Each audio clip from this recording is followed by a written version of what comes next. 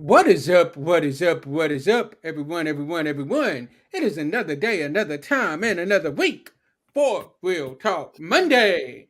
I have my sister, Miss Tevis, in the building with me on tonight. How you doing, sis? I'm good. How are you? I'm great. I'm great. I'm great. We have two great panelists on the building with us on tonight. Y'all will get to know them very shortly. But y'all know how we start off Real Talk Monday. It's not Real Talk Monday unless we start it off with a little bit of the theme song. So as the theme song is playing, I want you to like, share, tag, tell somebody, tell everybody that Real Talk Monday is on. Let's go. What is up? What is up? What is up, y'all? It is another day, another time, and another week for Real Talk Monday. What is up? What is up? What is up? What is up? What's up with you? What is up? What is up? What is up? It's only up from here. What is up? What is up? What is up? Let's go. What is up? What is up? What is up? Real talk. Real talk. What is up? What is up? What is up? Real talk. Real talk. Monday. Tune in to Real Talk Monday with Reverend James H. Glover III, a godly show that keeps it real. All right, all right, all right. At this time, we're going to ask my co host and my sister, Miss Tevis, to lead us in prayer on tonight. All righty.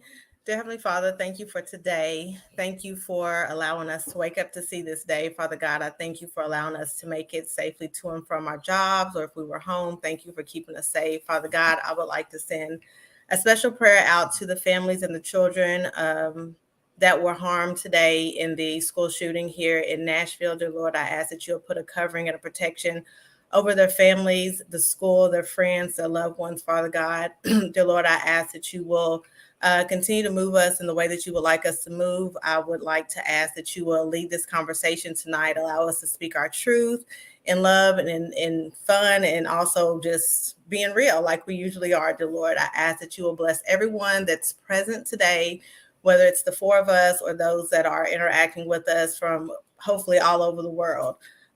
Just lead us and guide us, the Lord, and please just allow our actions and our words minister grace and love to everyone. And in Jesus' name we pray always and forever. Amen. Amen, amen, amen. This time, we'll turn it over to our sister Tevis so that she can kick us off tonight.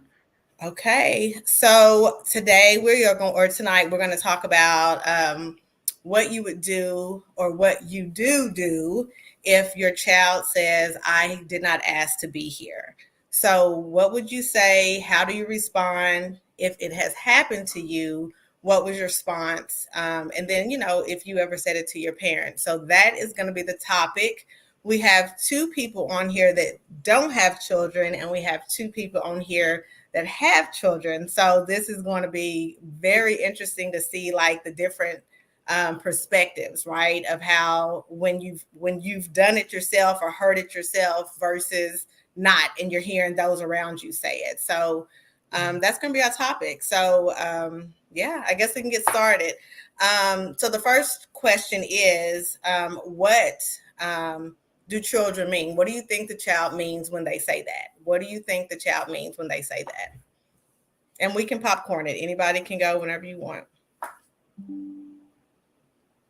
Okay, I'll go. Um, honestly, I think it comes from a place of not being heard. I think it's equivalent to a child saying, I hate you. And Mm-hmm. children don't really mean that when they say it. It's almost like they're in a place where you're not listening, you're not giving me what I need or what I want. It could come from a place of entitlement, it could come from a place of selfishness, but it also can come from a place of hurt and just trying to get the parents' attention. Sorry, put my hair in my face. To get the parents' attention to say, well, I didn't ask to be here. So it feels like something is lacking in that moment where they're trying to get the parents' attention to say, hello, I need you, but you're not providing what I think I should get from a parent. Mm-hmm. And I didn't ask to be here. Mm-hmm. So that's how I feel. I don't know about anybody else. I guess for me, I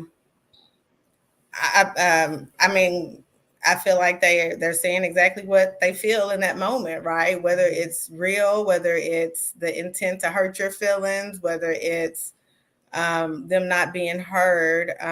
Typically, to me, when a child says that, I was talking to Ava, and I knew that she probably had said it or something like it because she's spoiled. So she did. She had said, I said, "Have you ever said that to me?" She was like, yeah. And I was like, "And what did I say?" And she was like, "You agree with me." And I said, "Well, yeah, because you didn't ask to be here. You know what I'm saying? You didn't, So I just think it means just that, again, some kids may be playing on their parents' little soft side. And like Crystal said, I agree that, they're not being heard. I don't know that I would go as far as equating it to hate, because to me, hate is just such a deep word, but I definitely understand like the reason that you would make that connection, right?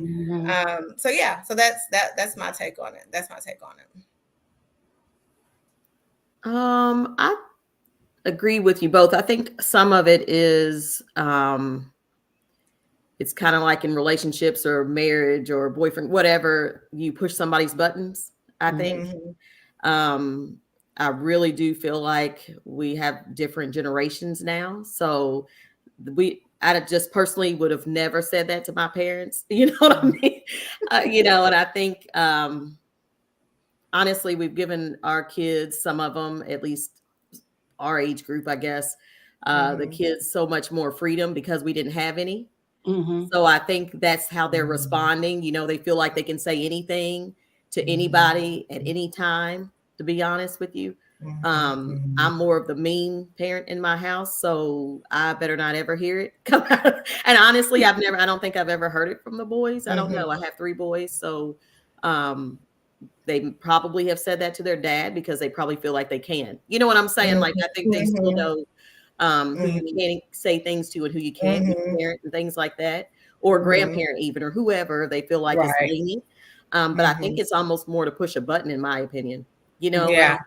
I don't think that, I don't know, maybe that children just don't intentionally mean to hurt somebody, at least your parent or someone close to you who's raising you, whatever, a guardian. I don't think they intentionally mean to hurt your feelings on purpose. You know what I'm saying? Or think that far into it, like you said about hate, kind of equating it to that. I don't even know that they even think that far. You know what I'm saying? So that's just kind of my take on that. But James? For me, I feel like kind of like what you all said as far as I agree with what you all said. However, I also believe that it can come from a point of the child is not getting something that they need at that moment from that parent. So they're feeling like, wait, I'm needing this from you. And when I'm telling you that I need this, you're brushing it off as if my feelings don't matter. So I have to let you know, like, look, I didn't ask to be here, but since I'm here, I need this from you at this moment. Right. So I believe sometimes that's where the kid is coming from, the child is coming from. Yeah.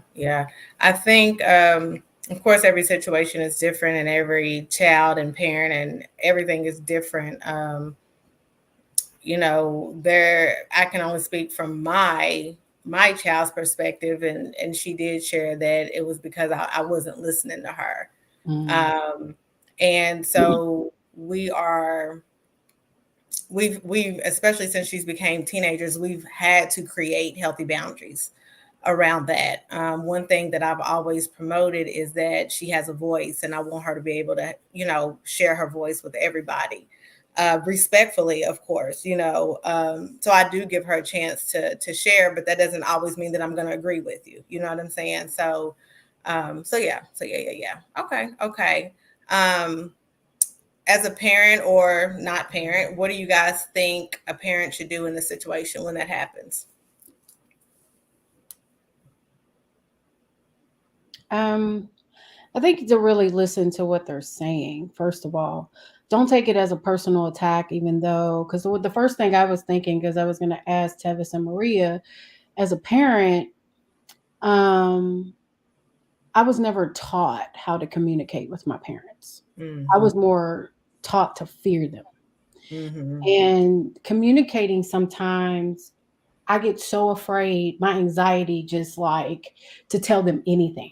And it may not even concern them or I'm asking for anything. It's just maybe I need to communicate something that I feel maybe I need direction for or something like that. But for me, I don't know how to start a conversation with my parents without it being some kind of segue. Like we'll be watching the news and something that I've been wanting to talk to them might come on, and then that's how I segued in. So it doesn't seem like I'm coming directly at them or something like that. So I guess for me, it's just to hear what the child is actually saying, but also in my situation, I'm asking to parents how as a child still do I communicate with my parents in a way to where I don't have to use those triggers to get their attention. You know what I'm saying? So that's my question to you guys. Yeah. So of course, Maria and I grew up together, and where my mom is loud and fussy, her mom did not play. We absolutely knew that. We knew when we went on vacation. We knew when we stayed at each other's house. We knew that, right? But because, for me, when we grow up and we see different parenting styles, things that our parents did, things that they didn't do, lack thereof, whatever, I feel like we all turned out great, right? But still, there are certain things that you want to be intentional not to carry over, right? That strong disciplinary. So let me say this first. Our parents, I trust and believe, did the best they could with what they had, right? Because of how they grew up, because of how we grew up, right? What I liked about Maria's mom is that she could look, and they already knew they better get going. I wanted that for Ava. I wanted to be that mom that's when I look at you, then you need to go do something, right? My mom she fuss, and it drives me crazy, right? And I always said that I wasn't gonna be the fusser, right? But I do. And I don't as much as I used to, because when you know better, you do better, So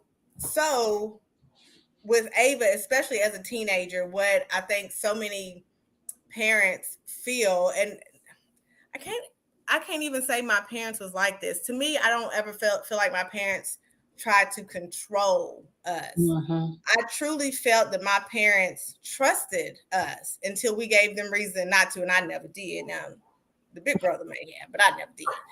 I was good as a kid, even as a teenager. But because of that, my mom was my best friend growing up. I could tell her anything.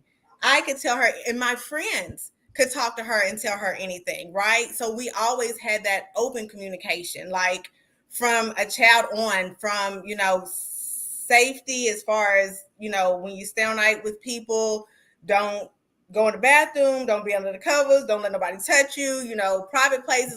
My mom and she taught us all that stuff, right? So it was never hard. So that just naturally trickled over to my relationship with my daughter, because I want her to feel like she can tell me anything and that I'm going to respond the right way, So to directly answer your question, I feel like it's all about the open communication that starts from birth, really, right? How you're going to interact with your child.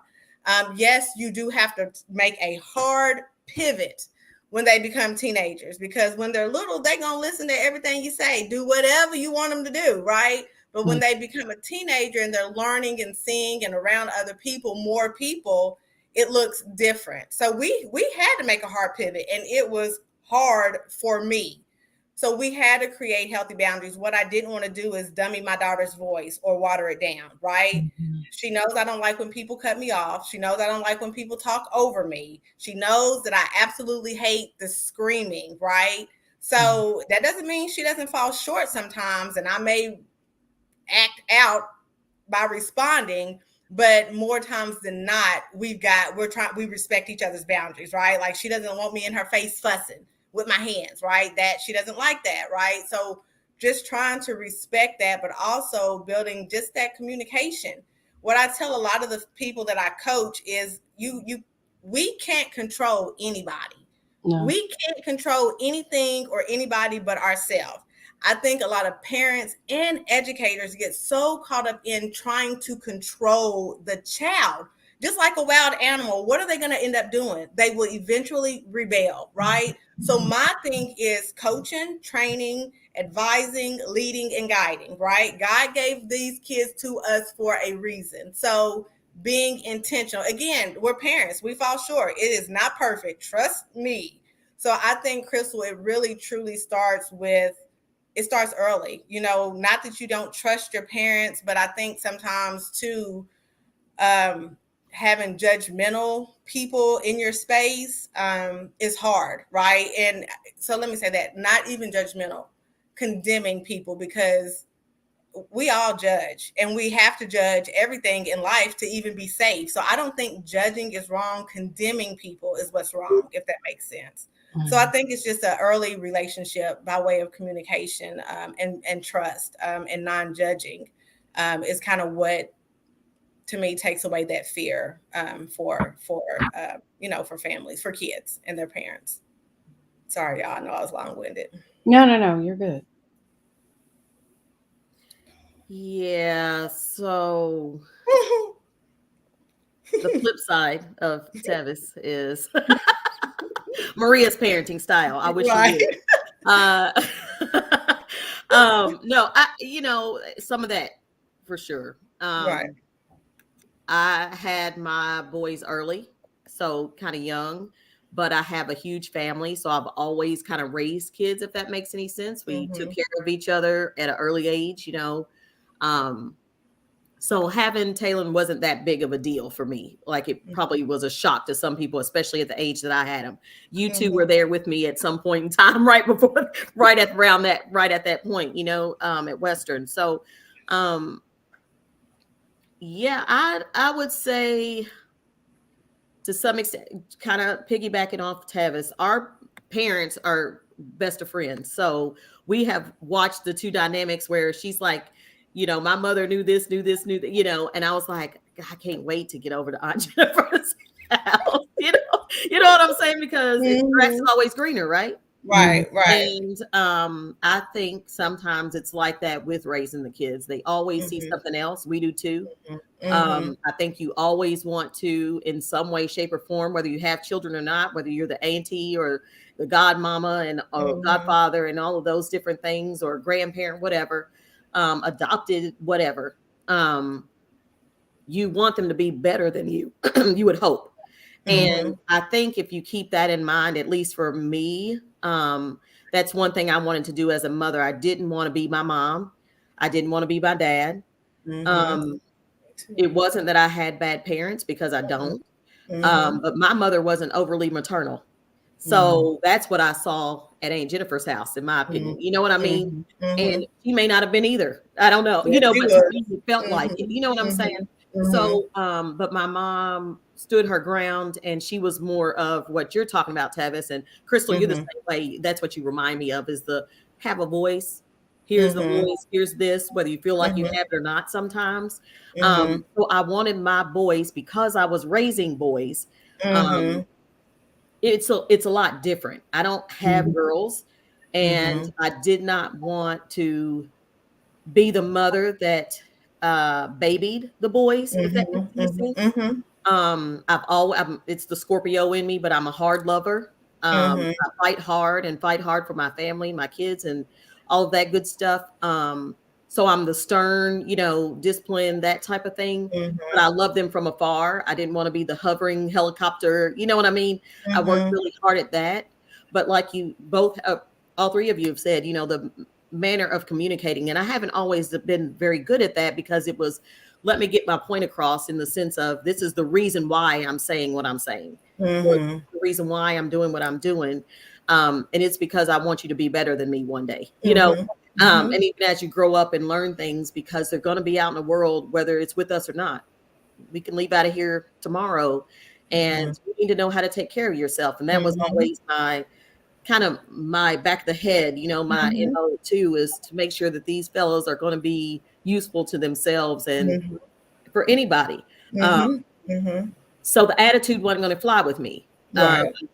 It just doesn't. And that's kind of a line. I think you were talking about healthy boundaries, and how do you do that? Because Crystal, like you, I was scared of my parents, and I had always said, even to my kids, and I it's funny how you throw things up on them, Oh yeah, it's real. You know what I'm saying? Because it's like, I remember saying what I was just at a conference this weekend, and since Thursday, and we were just talking about it, but it was kind of the, I always taught the kids, make sure the consequence is worth it. Whatever you do in life, make sure the consequence is worth it. So I always had that.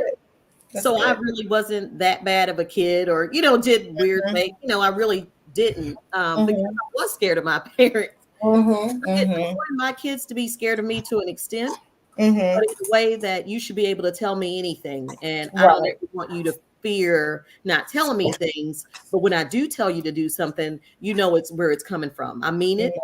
It's to save you, help you, prepare, guide, because that's what we're here for.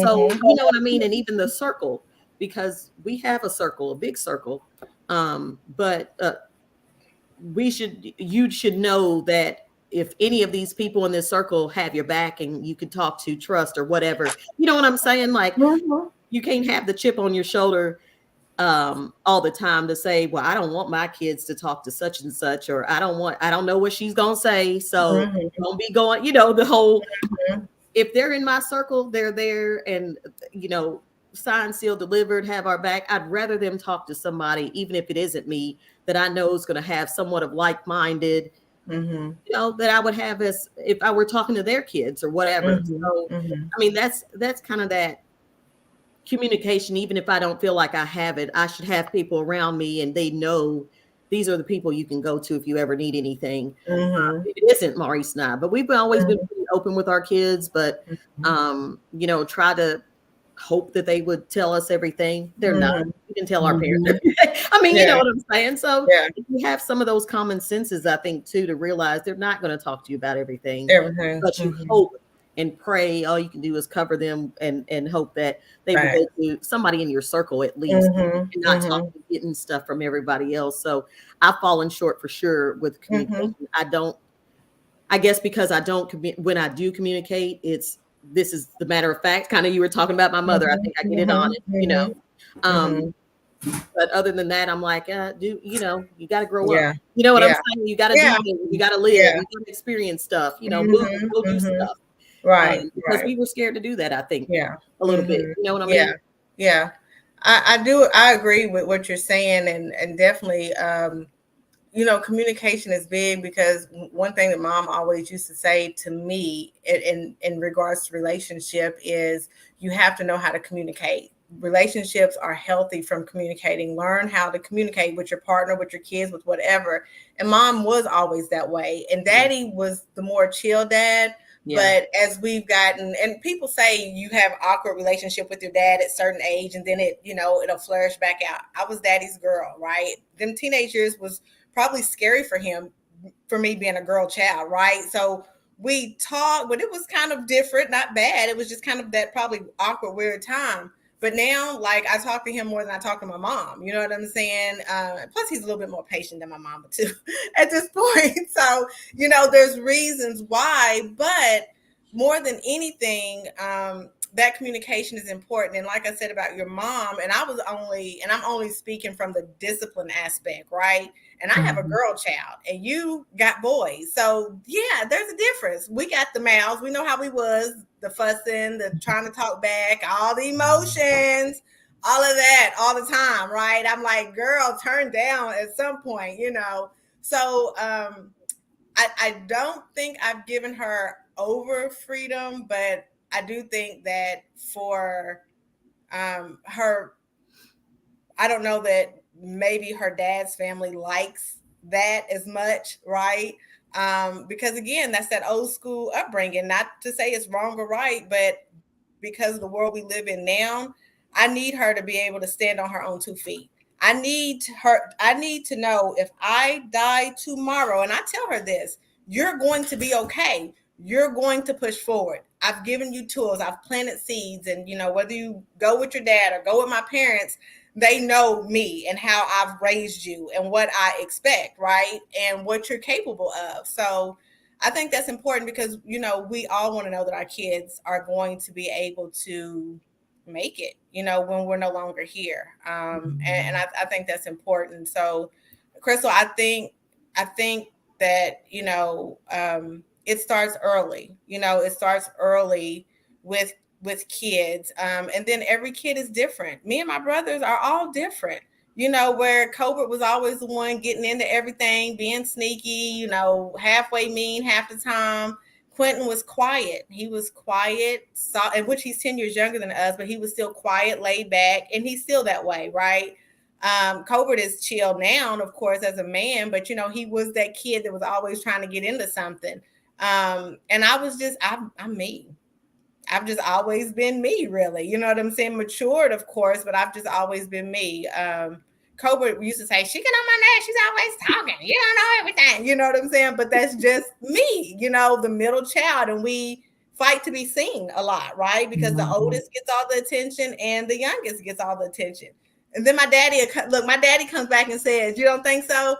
My daddy comes back and says, and you're the only girl, so you get all the attention. But they do expect more out of me, too, than they do the boys. They may not agree with that, but they do.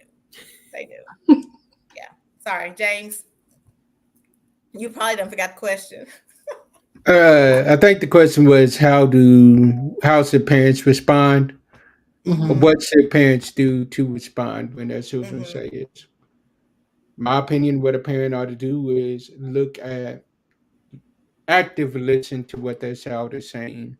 Mhm. Don't automatically go on the defensive mode of, oh wow, so you're questioning my parenting skills now. Actually take a step back and be like, you know what? And listen. Maybe I haven't done everything right. Let me take a step back at this moment and look and make sure that I am actually hearing you.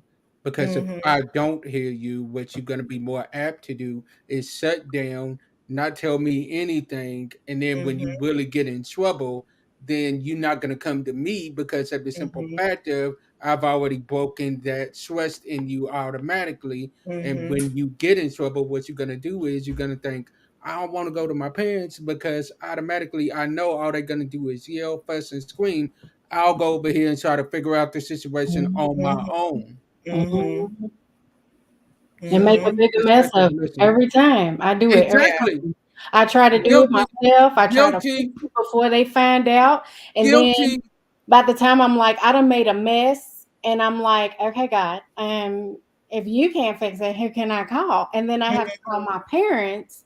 And then my mom's first word is, well, why didn't Why you didn't say you call me? anything, Crystal?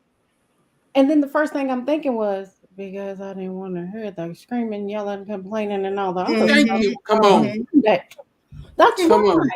And then like it's this thing in Black culture too. We've taught, like, our generation was taught to survive like our parents were. So we're in survival mode all the time. So when you hit 18, you either go to college or you work, but you're gonna figure it out. Because they don't know. It's like even like seeking therapy was something that was new to my parents. When I said I'm going to see a therapist, that was like, why? Why are you doing that? Go to Jesus. Because that's what their culture did. That's what their generation did. But for me, I needed something more to help me figure out what was going on. So the figuring out part is usually where I make a mess because I'm sitting here trying to fix stuff so nobody finds out that I made a mess. And then the mess gets bigger and bigger and bigger. And then I'm like, I don't know what to do now. And Mhm. so by that time, when I reach out to my parents to ask them for their assistance, they're like, I just can't even believe you waited this long. Like, Right. Right. it comes from that trauma response or that coping mechanism Mhm. of survival. Like, I just Mhm. gotta figure it out. I have to figure it out Right. myself because I'm an adult. I shouldn't be relying on my parents. I shouldn't be Thank having to keep going back and they fix it, and then I come back and I Mhm. make another mess, and then they fix it. That's how I feel with God too, because I feel like, don't leave me out here too far, because Mhm. I can't be trusted. I'm I gonna make a can't mess. be trusted with my own devices. No. Right, I can't. It's like No. I'm serious. I'll be on a straight and narrow and squirrel, and that squirrel will take me so far off course that I don't even remember where the track was in the beginning. Oh, So Right. that's girl. me. I am like, and this is where I'm hoping that when I do have children, that I know how to communicate and Mhm. be able to listen to their needs as well. So, Mhm. Mhm. but I don't It'll want be these trial and trigger error. responses to come in. Mhm. You know what I'm It, saying? it, Yeah, it, see, you there's won't- no book. it's not, and They every sell kid is plenty of them and make different. billions and billions of dollars on Yeah. it's your book and your It, journey yeah. and your life and your kids. Exactly. And yeah, Yeah. I get so tired of hearing that. I don't know, Yeah. Tevis, we both are probably Yeah. I could easily say we'd speak for each other in that, because that's Yeah. the thing. Like you said, it's trial and error, exactly what Tevis Mhm. said. Mhm. And you know that's the problem is you're putting a lot on yourself, Mhm. right? Mhm. You're already Yeah. putting some stuff on yourself because first Mhm. off, we know you and I love you very much. So I know you'd be a great mama. But it's, Right. you know, it is. And it's hard when you look at a little person's face and they're so cute. Mhm. And I remember Gabriel's teachers, he was little, that's my youngest, and they would say, he's so cute, I can't even get on him. My child, bless his heart, was bad. And it wasn't his fault. He was my son's has autism on the autism Mhm. spectrum. Has Mhm. Asperger's. So at the time, of course, young, you didn't know that and all this stuff. Mhm. But Mhm. I was like, yeah, anyway, we're going over here to this Mhm. closet over here. But you know Mhm. what I mean? You'd have to do it your way, and that's just it, you know. That's it. And some of that is, I mean, and again, this is kind of my opinion and my approach a little bit. I know what I didn't want, not necessarily what Mhm. I wanted or could do or Mhm. should do, but I Mhm. absolutely knew what I wasn't going to do. Mhm. Right. And I Mhm. think that's where you start, though. Seriously, you know, Yeah. with that, Yeah. it's like, you know, Yeah. I don't want to be, Mhm. as you just said, the fusser. You don't want, and I am Mhm. the fusser. I'm probably the one. Mhm. I mean, I fall short, Once, girl. I fall oh, short. please, once I get to that point, that's the thing. Once I'm Yes. pushed, it's Right. done. Right. Now, before and you know, during and all this, Yeah. until you get I to a be certain point, trying. I'm like, I'm Mhm. okay, I'm done. Mhm. Mhm. But that's where my communication, you know, I'm learning and I'm growing. I'm 45 years old Right. and still growing. You know, we Of still have to course. learn. Yeah. For sure. But yeah, you're absolutely right. You're just like, Mhm. oh, well, and then you get to the youngest and you know, he's living better than I am. I don't understand. You know, I'm like, you Facts. have no job, you don't Facts. do anybody, you know, Right. he does have a job actually, he's at work, but Right. you know what I'm But saying? So still, you're right. yeah. But that's Mhm. exactly what you're gonna do. And you're gonna fall short. You're like, oh, I should have did this. Well, you know, the next Mhm. time it is what it is. You Mhm. know, Exactly. yeah, Mhm. you just can't Yeah. be too hard on yourself either, Yeah. because they are Yeah. going to ask these hard questions and they are going to come out of nowhere and you're not going to know how to answer them. And, Mhm. you know, That's yeah. true. Yeah. Yeah. It is. That's true. Are parents to blame for the children's emotions? Are parents to blame for the children's emotions?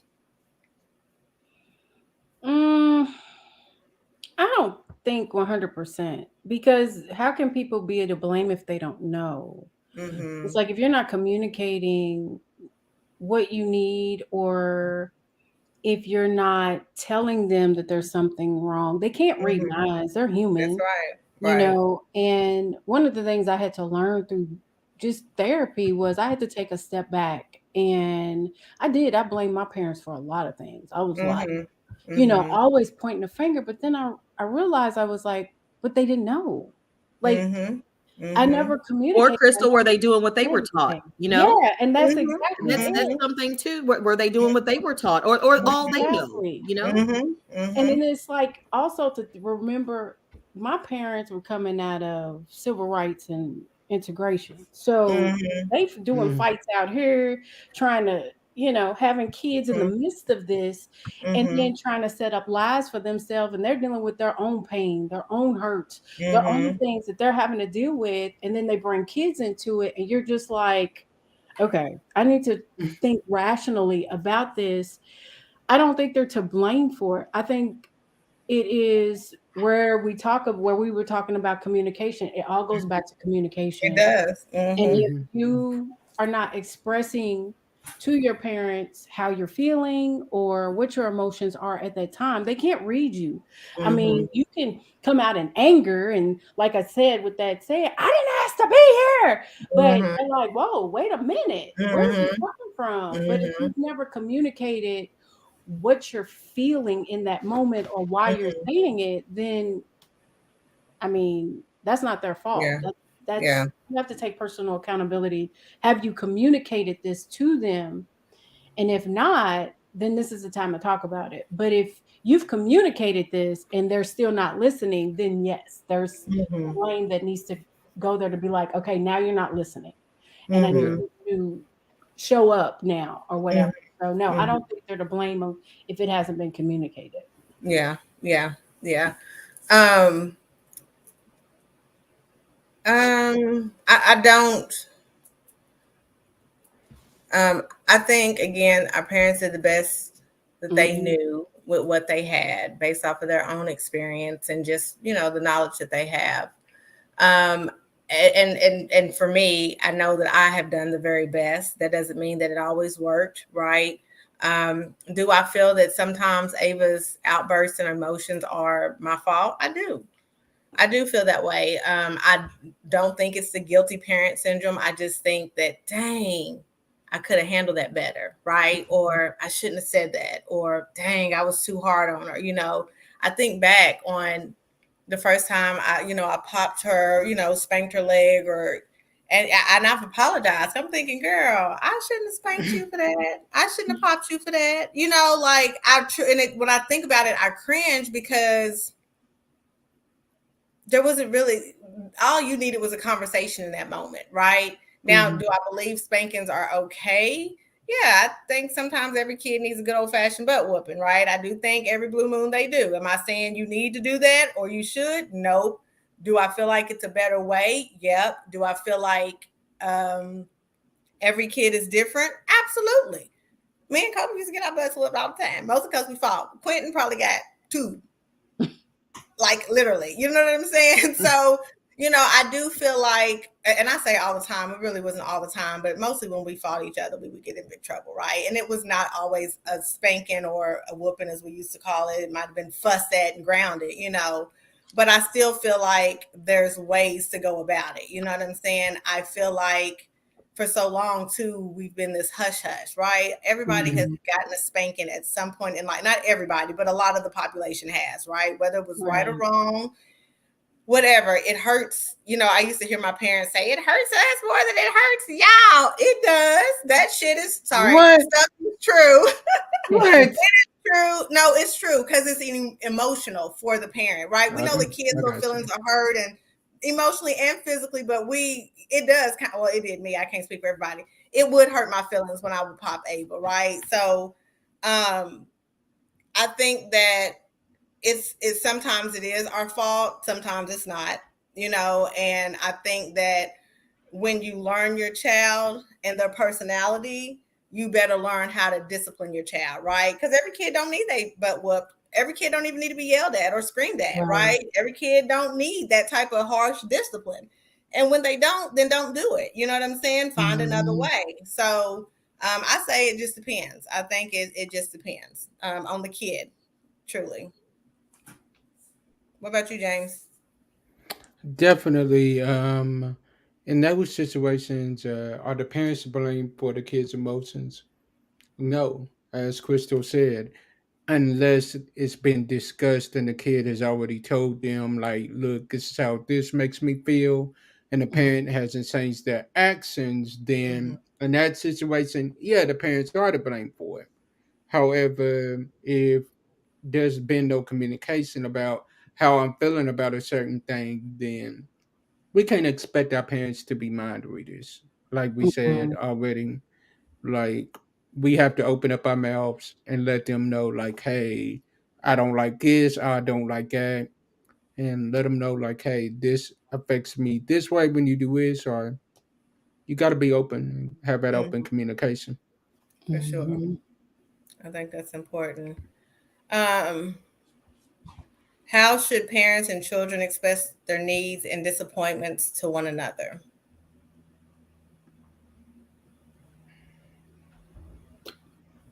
I Like think we already said siblings, it. I guess.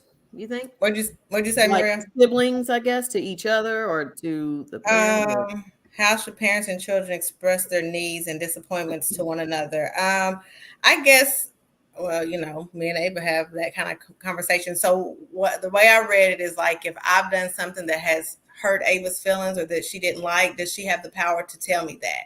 She does. She absolutely does. I may not want to hear it soon afterward, you know what I'm saying? But if she didn't like something I said or done, I do want her to tell me because I don't want to be a repeat offender, right? I don't want to keep doing that if it makes you feel or think a certain way. You know what I'm saying? Because full transparency, she did say one time that sometimes she feels that um, that I'm a burden. And not necessarily because of what I've said, but because she's seen me as a single mom struggle, and because it's just been me and her 15 years and 9 months, it's just been me and her. So she's seen the good and the not so good, but she didn't see it because I was intentionally talking to her about it or sharing it. But she's heard me cry. She's heard my prayers. She's heard conversations with my mom. You know what I'm saying? She's heard things, indirectly. And, for her to say that, like, it crushed me. You know what I'm saying? And in that moment, all I could do was convince her that it's not her fault. It's not her fault. I probably should have I should have kept trying to be a doctor. I should have kept trying to be a nurse and we wouldn't have been financially struggling. But that doesn't mean that we wouldn't have struggled in another way. It could have been an emotional thing, a time thing. Like, I have been afforded with the career path that I have to not miss a game, to be in every single thing. God has blessed me with jobs that have been understanding of me being a single parent. You know what I'm saying? So never a burden, right? It's not always easy because I am here doing it by myself, but never a burden, right? So I think it's okay as long as they can express it in a respectful way. I think that it's okay. And of course, we always tell them what we don't like because we parents and you shouldn't have did that. And I don't like, but I think what's important too is what Maria said earlier about how this is why I don't want you to do that. This is why I'm upset and disappointed because you chose to do this, right? It's not safe, and I wrote down what you said because I like quotes and poems. Make sure the consequences is worth it, right? Because and these kids do have to, what I find is they think for the now and not for the future. And I constantly tell Ava and her friends, the way you practice, the way you study, the way you do things now, you're creating unhealthy habits. What you do, like how you practice, is how you perform, right? So you've got to start creating healthy habits. Now, Ava, it's not like you ain't never had all this structure because y'all know I'm a system person. But they veer off sometimes as teenagers, and then they got to figure it back out. But I'm gonna need her to figure out some things before she go to college. You know what I'm saying? But it's trial and error. I can't say that. You know what I'm saying? Like my prayer is that she gonna get to school and surprise me, right? Like, oh my God, girl, I ain't gonna be able to hold your hand. I can't call no teachers. I ain't gonna call you and wake you up every day. Like, there's just things that maturity needs to happen, right?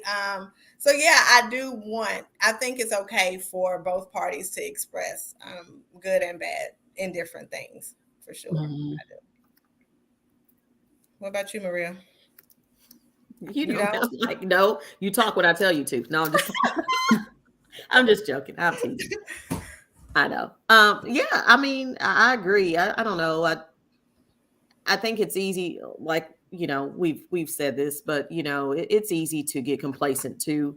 We work all day, we're tired, we run to death, we have multiple ideas or activities or businesses that we're running. I mean, you know what I mean? You have somebody to take care of all the time. And like you, I mean, my sister is a single mama and she's been doing it for, Justin's 18 now, but a senior in high school. And, I said, there's times out here, she's tired. One of my best girlfriends, she's kind of like my sister. She's older than I am, but she was the same way. And I used to hear her just say, I'm just tired. I'm ready for this boy to go. She had one son. And it's not that you don't love your kids at all, but you also have to have that open dialogue, but the discipline, that balance for me, again, it's the balance between discipline and respect and being independent too, because, Maurice and I we're complete opposites, but one thing's for sure is that we've always been centered around our kids and making sure that their education was top, whatever we can do, or at least have a voice in whatever school system. We've always typically have been in a predominantly white city. It's how my kids grew up. So I wanted to make sure as African-American boys, Black boys, that, they didn't meet the statistic of 1 in 3 boys are going to go to jail. And I refused one of mine to be one of those, to be locked up and be in prison and all this, that, and the other. I didn't want that for my boys. I grew up a little different than my kids ever have, and we were, Crystal, you meant dead on. We're survivors. That's what we did. And it was however you could survive, from getting your shoes taken to not having enough to eat, to watching your parents struggle, to watching them fight and battle back and forth, growing up and things like that. I've watched all that, my dad's a preacher. It was hard to watch him take care of other people. You know what I mean? That part of like, well, why are you going over there to, them or their game, or, and my dad worked third shift for a lot of our years too. So we didn't see him as much, he was sleeping and all this other stuff because he had to work. And mama worked first shift, typically around kind of how we went to school. So she's running 3 kids. That's not a negative thing, because Maurice and I did the same thing. You know what I'm saying? You do what you got to do. But and I think you mentioned, Crystal, I think you mentioned just the guilt, or just what do you do to split your time? You know what I'm saying? Like, I don't know. But I just think you have to allow them to be who they are. We all have personalities too. And we aren't always our parents. And it's nice to see that you have little traits in your children. But I didn't want to take the bad ones from my parents. And I don't want my boys to do the same, with me or their dad, whatever. So, I don't know. It's just about having the respect to say things that you need to say, but to listen to them how you need to say them. Do not come at me with an attitude, because I promise you're not going to preach it. That's how I was. But that's real. And granted, that was, again, my version of communication, which probably isn't the best. But I do feel like that's why my boys have always pretty much respected me. I'm not saying that they didn't try me. Right. I pinned them up against the wall a couple times. They're all bigger than me, but I'm like, you're not going to treat me like that. And you're not going to talk to me any kind of way. I love you more than anybody ever will. Absolutely. Aside from the Lord. Anybody ever will. You're good, you're bad, whatever. And what you're not going to do is treat me a certain way. That's right. Yeah. So that's just how my approach is. Now that, again, that may not be the best, but then I also had a husband that was gracious, and he's more the kind-hearted, kind of chill, like Uncle Mark, you know what I mean? They just kind of laid back. And but once you kind of push him too, he's like, oh, wait a minute, But I think you have to have that, again, you have to have that around you, whether it's whoever it is around you, for kids to listen, because they do need to hear you. And they just do. I think that's why some of these issues, God bless them down in Nashville today. There shouldn't be 9-year-olds, 3 of them killed, Yeah, it's terrible. You shouldn't have, you know what I mean? The employees, they're all in their 60s, nobody is helping anybody. Like, what? I don't understand. And right. I think this is what's missing, if that makes any sense. And we talk about how bad we had it, and sometimes, and the discipline maybe that we gotten, and the fear. I didn't want that. Don't get me wrong. But you kind of have to be scared of something, because these kids are not anymore. They're Yeah, just not, I mean, nothing. people aren't, you know, and Mhm, it's scary that these are the folks mhm. that are going to be taking care of us one day. And Right, it, you know, I exactly. just didn't want to create that, you know? Yeah. Mhm, mhm. Yeah. I know a scary thing too is, we know that once they're grown out of their house, out of our home where we can't see and lay eyes on them, and it may be my nervousness. I'm not fearful, but I am nervousness comes from having a girl child and how cruel this world is and how I want to make sure that she's confident in herself when it comes to dating and making friends and just all of that stuff, right? Because they have what we didn't have, and that's access to everything at their fingertips. Everything. Like I'm having conversations with her, and she's like, "Mom, I saw it online." Like, da da da da. I was like, "What?" She's like, I'm like, "Oh my god!" It's just too much because, of course, we don't know. You know what I'm saying? Every single thing. And Maria, you said, or Crystal, one of you guys said something earlier about blaming the parents when it's hard to blame them if they don't know that they're doing something wrong. Yeah. And I had that situation. I wish that my mama was retired. I wish she was retired. But I was holding it against her for real that she wasn't retired because, like, when I have to travel, I just want her to be able to come down here, stay with Ava, get her to school, and let me go do what I need to do. But it's always got to be a plan, or we got to figure it out, or and I was really mad at her. And plus, one time she told me no, and I was like, "What? If it was Cobra and this kid, you would You can never say see the that." trajectory of what, she Yeah. wasn't bad. She was a brat. Spoiled. So I realized, and then I said to Ava, like, when you have kids, call me. I'm going to be there. I'm going to be, if we're not in the same city, I am going to be the yaya that is going to be there, ready to watch my kids so you can travel and do whatever you got to do, single or married, right? Because that's what I wanted. So I was putting that on my mom too. And I had to, once talking to a friend on the phone, and he was just like, "Don't you think you're probably," and I'm like, I am mad at my mom, and she doesn't even realize that I got this chip on my shoulder, right? Mhm. And I had to acknowledge that, admit that, and apologize to her and Ava because I done told her what I was going to do when I was a yaya. She may want a nanny, you know what I'm saying? She may not want me to watch the kid, But it is sometimes those things that we hold against our parents or our children that they don't realize that we're holding it against them, right? And Mhm. if they don't know, then they can't make it better or fix it. You know what I'm saying? So, yeah. Sorry, James. Go ahead. Real quick, I know we have some more questions on here, Yeah, we probably won't get to it. but I want to pivot real Okay. quick. Mm-hmm. I was scrolling through Facebook on the other day, and as I was scrolling through Facebook, I noticed something, and it kind of caught my attention. Mm-hmm. So, what I want to do at this moment is a little something like this.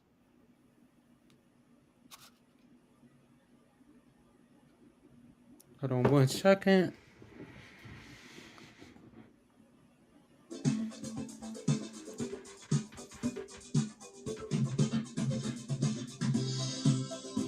Oh, my birthday. Yes, yes, yes. So, Oh, thank you, James. so with this,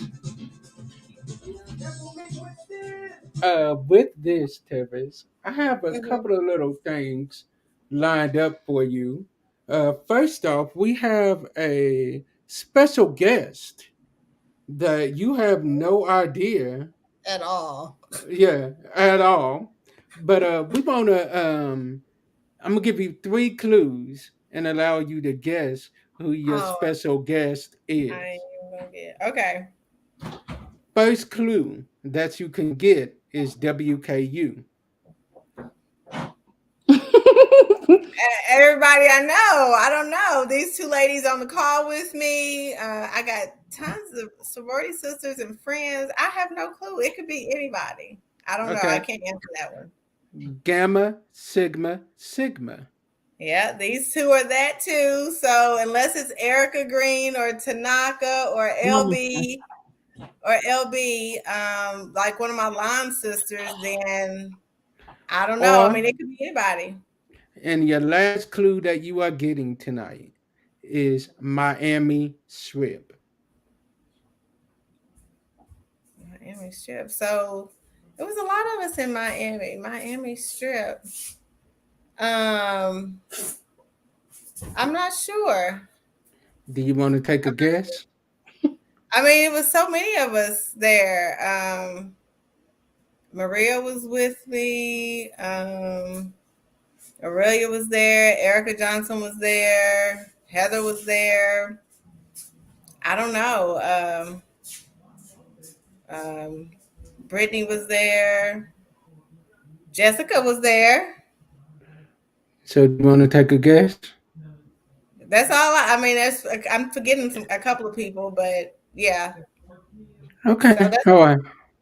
So surprise at this time. I'm gonna see if they are ready. Are you ready?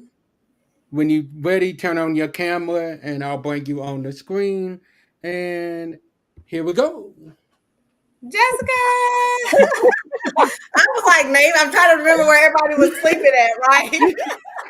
I was gonna say ride to the airport. I should have said ride to the airport because you would have got Right. that. Yeah. I would have caught that because we said Miami Strip. I'm like, well, it could have been anybody. But yeah. But I was trying to get some that would give it away, but wouldn't give it away. Right, Because I was like, I know right. she knows a lot of people from Western. I know she Yeah. knows Gavacy. So I was Right. like, okay.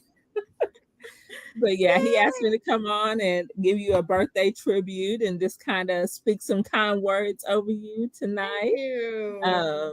And so, do you want me to go ahead and do that, or was there something Yeah, else you go wanted on to do, ahead. Jay? Go on ahead. Go on ahead. Okay. So, I just wanted to come on here and say happy early birthday because I know it's not Thank your birthday you. yet, but happy early birthday. And shout out to you for being part of women's history because you're making history with all the moves that you've been making. As I've learned more about your business and what you're trying to do, I see you stepping into that role. I see your daily posts Thank on there. you. So if you don't see her, like go on her page and watch her daily posts and Mythbusters. Is that what you call Mythbusters? Oh, Truth, Daily Truths with Tevis. Truth with Tevis. Yeah, and so she's spreading a lot of good information. But also, besides that, besides being a businesswoman, you're a great mother, a great friend. I'm still learning you more on that aspect. But what I've learned about you, this is a little side note.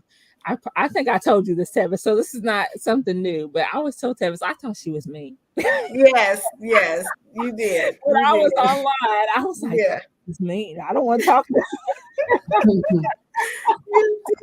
You did. But I've learned otherwise. But yeah, she's very humble. She's a very awesome person, very great mother, very great friend. And I'm thankful to have known her and getting to know her, as well as the rest of you ladies. I didn't know that. I'm sorry, I don't know. Crystal. Yeah, I didn't know you were Gamma Sig. Girl, I'm in the shadows. I'm like the Look, her and Maria left me early on, okay? Oh, well, nice to meet you. I cross Springer 6. So, yeah, I don't know when you were at Western, but it's my first 96, 97. Okay, yeah. So, well, nice to meet you. Nice to meet you too. Thank you, Jessica. You're welcome. I forgot James always said he was always full of surprises and he knows how to keep secrets. I wouldn't know nothing about this. All right. I'll let the other two spoil you with the love, and then I will go last. Okay. Whoever wants to go first. Me? Oh, well, I'm just gonna say I love you. It doesn't matter if we don't talk every day or even every month or anything. You have always been someone that I've looked up to. I know that there was times where you would be like, why don't you communicate? Why don't you talk to me? But it's because when you hold somebody at a higher level, it's not that you expect them to be perfect, but you hold them at a high level. The last thing you want to do is disappoint them. And a lot of times when I would like I said in this call, when it comes to communication, I would try to fix stuff without telling anybody. But you've always been a person that, one, would tell the truth without it hurting. You always came from a place of love. No matter if it was a criticism, you knew that not only you had love behind it, but you had God behind it. And I appreciate who you are. I appreciate that you're a fantastic mom. You're a fantastic friend, sister. I can't say enough good things about you. Um, I am so proud of you and everything that you've done, that you've never given up, especially not giving up on yourself. Because no matter how hard it has been for you, you don't let people know you are struggling. Like people would think Tevis got it all together. Tevis has got it together. And it might be people that are personally close to you that would know, but not us. Right. So thank you for being a light in my darkest hours. Thank you for being that friend who always keep it real, no matter if I didn't want to hear it, but I received it. But I love you, and I hope that this birthday opens every door, like, and I mean it, every door that you've always want to open, including love. And God showers you in such, and if I get to crying, sorry, I'm just emotional. To shower you with so much love because you deserve it. Thank So you. that's it. I'm gonna shut up because I'm not trying to cry. Yeah, it's too late for me. Thank you. Yeah. Well, you said enough. Thanks. Ain't nothing left. Crystal. Story of our lives. In a good way. No, I tell you, I'm the same way. I really do, to the bottom of my heart. You know, I am a crier, so it is what it is. But you know, same that you both have said, Jessica and Crystal both. And the thing is that Tevis and I have a weird chemistry because we've gone back to, we don't even remember how old we were, right? So we truly are like sisters, I think. You know what I'm saying? And Crystal hit the nail on the head. We don't talk every day, you know, we don't get a chance to. We don't talk every month, you know, but it's not like a moment has gone by when we're together. You know what I mean? And that's what I love about us. And I love that I do see your parents in you that I've always loved. So I love it more than anything. And as much as we say we don't want to be our parents, we have great parents. And we do. I am proud that you are them in some ways. You know what I mean? But you become yourself, and you've grown into this amazing woman, and you know, all that we probably never wanted to be or thought we were going to be. And here you are, you know. And that's not going to stop. You know, you're a fighter too, and you have a daughter to fight for that you do every day. And you're teaching her the same things that our moms or dads or, you know, Grammys have taught us, you know what I mean? And that's what I love too, is that, you know, you just don't give up and you're doing the things you want to do. And I'm telling you, even as women in general, we don't do it, and we don't fight for ourselves. We fight for everybody else and forget about us sometimes, even when we want to and can't. But you have always just kept stepping forward. You know, it probably hasn't always felt like that, but you have moved, you know, and I just, from the bottom of my heart, you know how much I love you. I don't have to sell that by any means. Our relationship has gone back from seriously since we don't even know.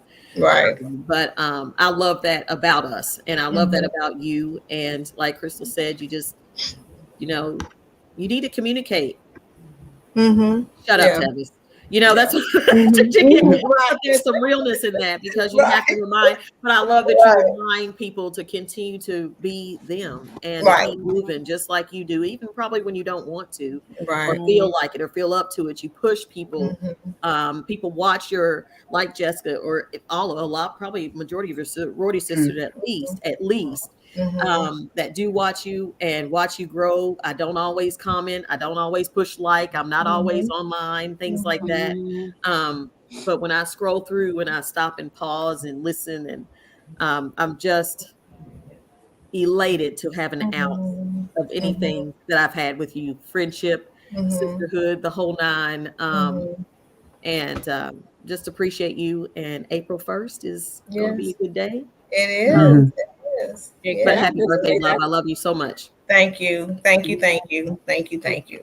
And can I just say that's why I joined Gamma Sig, this right here, because my sister, everything they said is real. Like I didn't know a lot of my older sisters, but that Miami trip, like I'm always thankful that Gamma Sig brought us together, and that I have the women that I have in my life to look up to, because everybody's a force in their own area, and I am so thankful that Gamma Sig brought us together, because I wouldn't have known these women otherwise.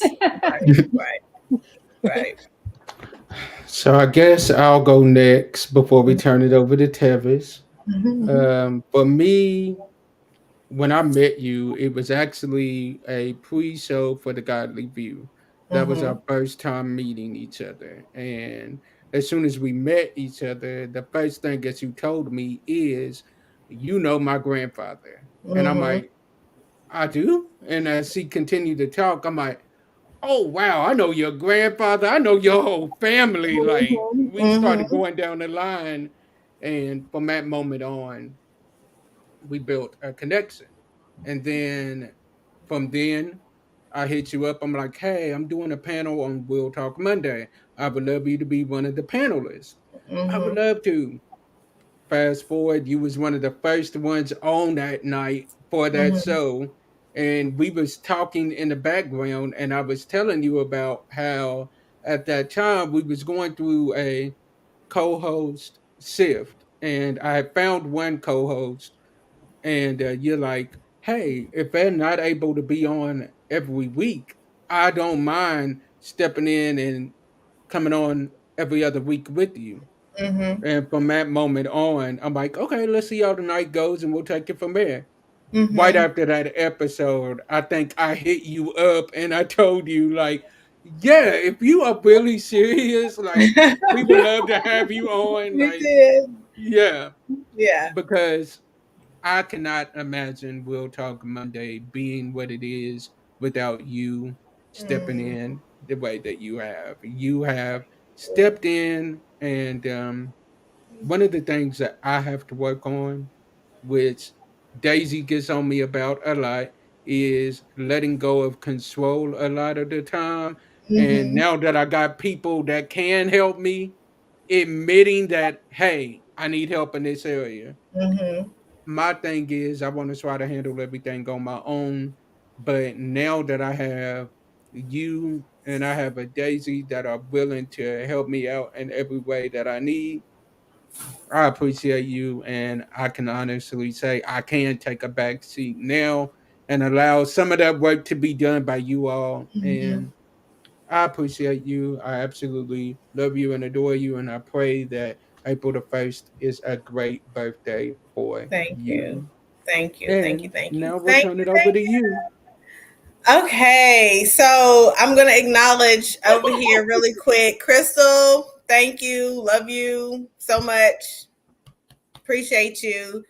Daisha, thank you. It's definitely been a pleasure getting to know you. I appreciate you. You are definitely a wonderful soul as well. Stephanie, you my girl. It's so crazy to meet someone that you are like a twin flame. We've got situations and stories and family dynamics that are so similar. You know, you are special as well. You ladies that are on here, Jessica, thank you. It was such a pleasure to bond with you. That year we went to Miami. Me saying, hey, come ride with me. We can go to the airport together. You know, that was just me trying to help out, support, right? Trying to make life easier for somebody else. And what I got out of that is to get to know one of my sisters. And I think that you are such a beautiful person. Your heart is so golden. I just think that you're amazing. You are also a great mom, single mom, doing what you can, the best that you can, and just keep letting your light shine, you know, because we do have little people that are bigger than us probably now looking up to us or looking at us. So just stand in your truth. Be the best that you can be, for sure. So I appreciate you being here with us. Crystal, I don't know where to begin. Don't make me cry. Listen, I I'm have a trying to soft hold it back. spot for you because you are so tender. And if I could pour any amount of strength that you guys feel that I have into you, that is what I would give you. You are way more amazing than you think that you are. And I really just want you to start giving yourself the credit. It doesn't matter what anybody says, what anybody thinks. Walk in your truth. Walk in your confidence. Who cares what mom and dad, brother, sister, cousin, friend, neighbor, who cares? Be you, because you are a beautiful light amongst all things. So I always want to take care of you. And I know that when you're going through something and you express it to me and I hear it, I know that it may not always be gentle. And that's because I want to shake you and be like, girl, snap out of it. It's okay, right? But I also know that everybody processes things differently, right? And I respect that. But just know that you are worthy, that you are capable, that you can, and there is absolutely nothing in this world that you cannot do, period. And I pray that you find all the love in every aspect, have some babies, get a husband, become this famous actor, actress, author, writer, whatever it is. I pray that you get that for sure. Thank you. Thank you for being here. Maria, my feisty sister who I had my first argument with in Miami. I hated that. I hated that. But that was our protection coming out, right? I know what that was, right? But it was just a crazy moment. When she says that we go back from before we even remember summer vacations, weekends, par makers, or the world classics, like it goes back. And you're being in your wedding with you on that day, you look like a princess. Beautiful day. Your boys love you unconditionally. Like it just spills out just in the pictures and things that I see. And no matter how many things that we say that we might not have wanted to take from our parents, some things we do. But even if we strayed away or had our hiccups in life, and so will our children, what stands the same is that we are here. And it's love, right? No matter which way it is, right? It's love. I admire your strength. I admire the ability to fight through all the things that you have had to fight through. And you, to me, have a strength that is softly spoken. It's not shouted out. Half the time, we may not even know you're going through something.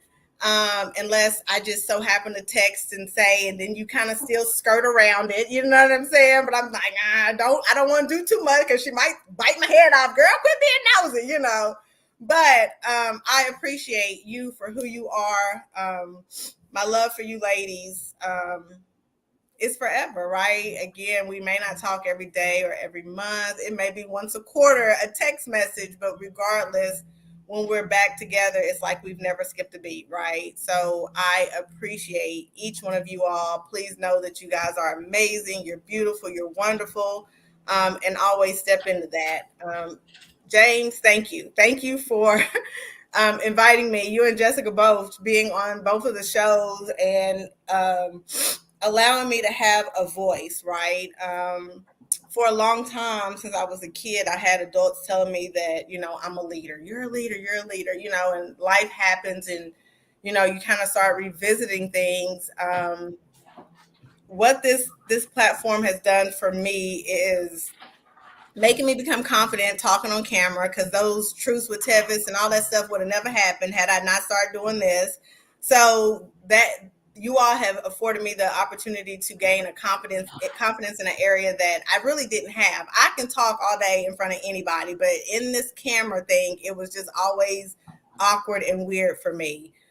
So thank you both for James for inviting me to be a part of your show.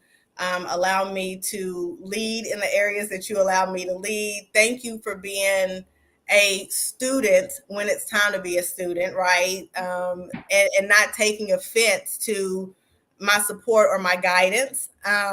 Even me having it all planned out for the next 6 months. Wait a minute, y'all. I forgot. She is a perfectionist to the T. Perfectionist to the T. I love it though. I love it. Just like to get things in order. So thank you, James, for believing in me and trusting in me, and always been willing to learn and grow. You know, my motto for this year is like prosperity, and you know, my words and actions be minister peace and love to people, right? And that's what I want to hold. I fall short. I am not perfect, but that is just kind of how I want to lead, right? As I continue to step out into this world. You know, my life was kind of flipped upside down in February. No, people don't know that. A lot of people don't know that. But I have truly had to sit into some stuff, right? And I've just been grateful that I have people that I can call on, that I can support, that I know love me from a distance, whether you know what's going on or not. So thank you, everybody. Thank you for loving me. Thank you for supporting me. Thank you for trusting me. Thank you for all the kind things that you've said. It truly means a lot, for sure. Yep. Crystal, you see what Crystal said? Look, Crystal, you see what Crystal said? Oh, thank you, Crystal. I love you.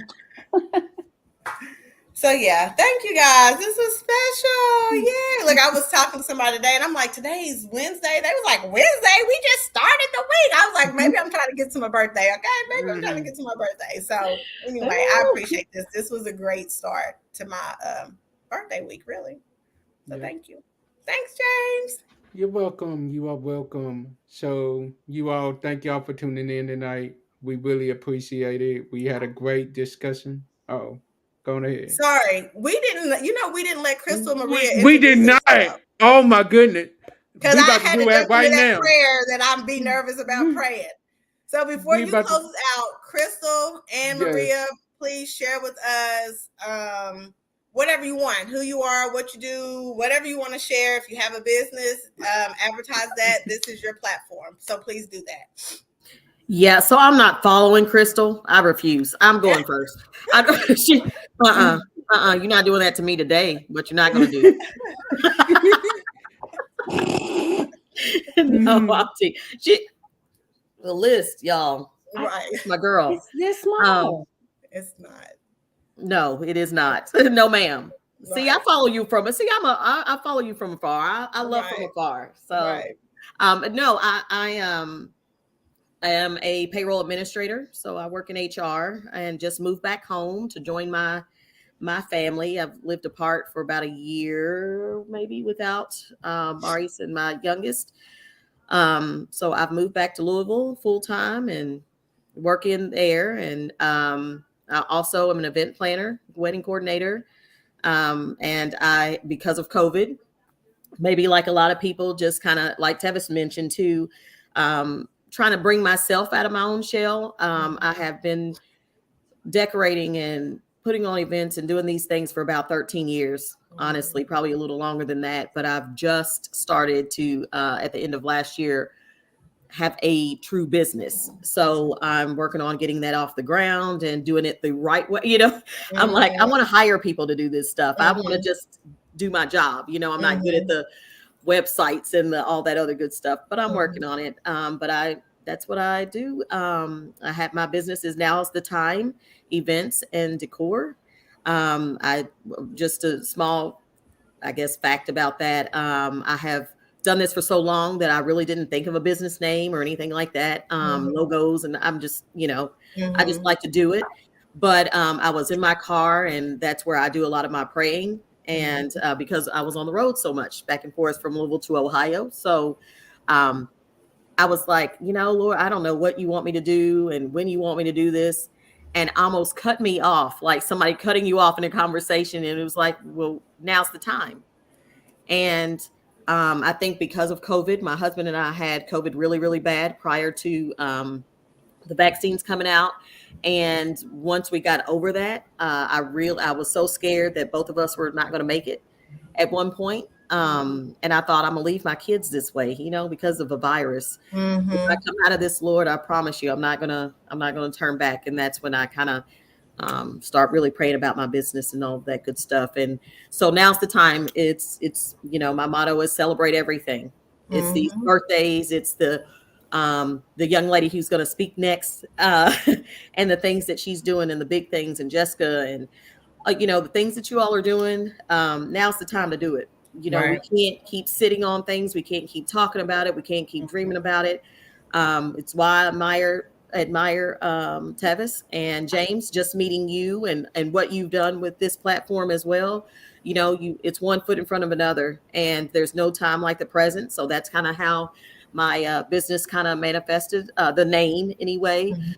So that's what I'm working on, trying to grow and figure out how to do this business, because that's probably what I should have been doing to begin with. But, I got to make money so I can do what I really need to do. Yeah, for sure. So, but I'm blessed to have that position. And kind of like Tevis mentioned earlier, just a little, I think God has afforded me a position to be able to do what I love to do at the same time. So there's that. But other than that, raising these kids and my family, and I have a husband that will be married.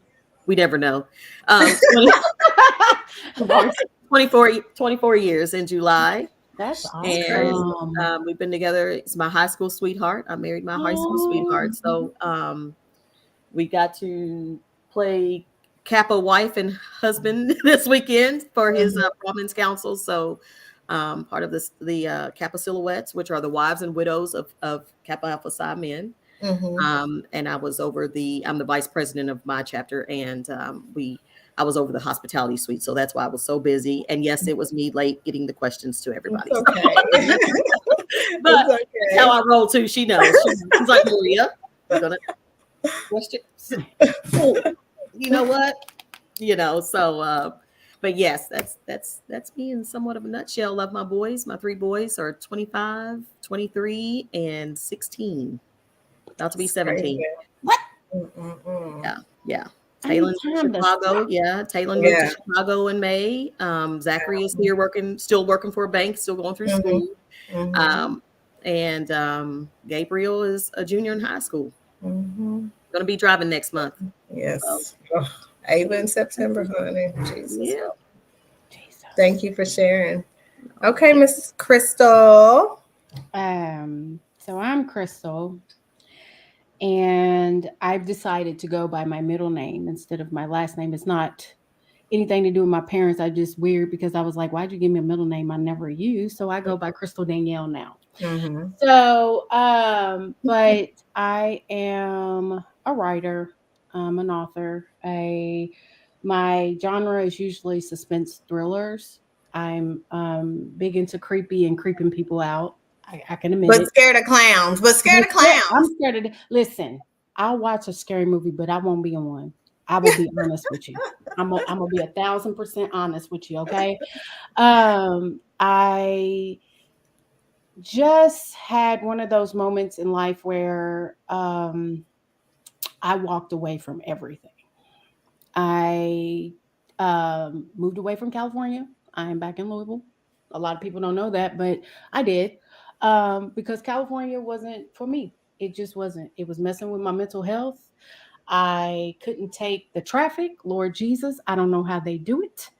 The earthquakes, I'm going to have to say, I think the friggin' not. I don't want anything moving underneath my feet that I don't know and I'm not aware of first. Right. So my black butt came back into Louisville because I needed to pivot because I was tired of corporate America. It just wasn't what I truly believe connected with me. I'm a creative. I still love to dance. I just got back into it so I could find the love in me again, liking me. So right now I'm not really doing anything. I am doing the work on me first because this journey, this healing my traumas, healing my own pain, and just I was really terrible to myself. And I'm gonna be honest, I was You know, I would say the most ugliest things to myself. I didn't need anybody to abuse me. I was abusing me. So I needed to learn how to like me, how to love me, and also to find my true purpose in life. So right now, that's where I am. I'm trying new things to see where I fit in. I still do the writing. I do write screenplays. I haven't got to the point where I feel comfortable to where I want to sell it to anybody, but And she very well. we're getting there. And it'll probably be in like suspense thriller, probably more into the period pieces because I like stuff like Downton Abbey and stuff. But I also am a person who found out I like the outdoors, even though I'm scared of bugs. I like to kayak. I like to hike. I want to, paddle surf. I don't want to surf where the sharks are. I'm not trying to be a meal, except to a man. But that is another story. And I'm starting to learn how to maybe put myself out there to date because I haven't done that in the past, but we'll get there. Baby steps. But outside of that, I'm the cool, collected kind of, I keep in the background. If you need me, I'm there. If you're, I do like to research, so I do know like weird facts about things. But I'm a weird fact person. That's right up my alley. Right, but hopefully, one of my interests in the future is to get my PhD in maybe neurobehavioral psychology, something in that neighborhood, because I like studying human behavior, and I also want to go to law school. I don't want to go to law school to practice as an attorney. I want to go to law school to change policies because I'm sick of this government. I'm sick of people in charge. So if I don't get to do it on the ground, I'm focused. I told God, I said, if you're gonna make me do this, I'm going for one of those Supreme Court seats because I'm done. I'm out. I can no longer live in a country that doesn't value human life. They just don't value us. So that's what I'm putting out in the universe. Hopefully I'll push over the edge soon. So that's me. And see, Marie, wasn't that bad? It wasn't long. Thank you for sharing, Crystal. Thank you.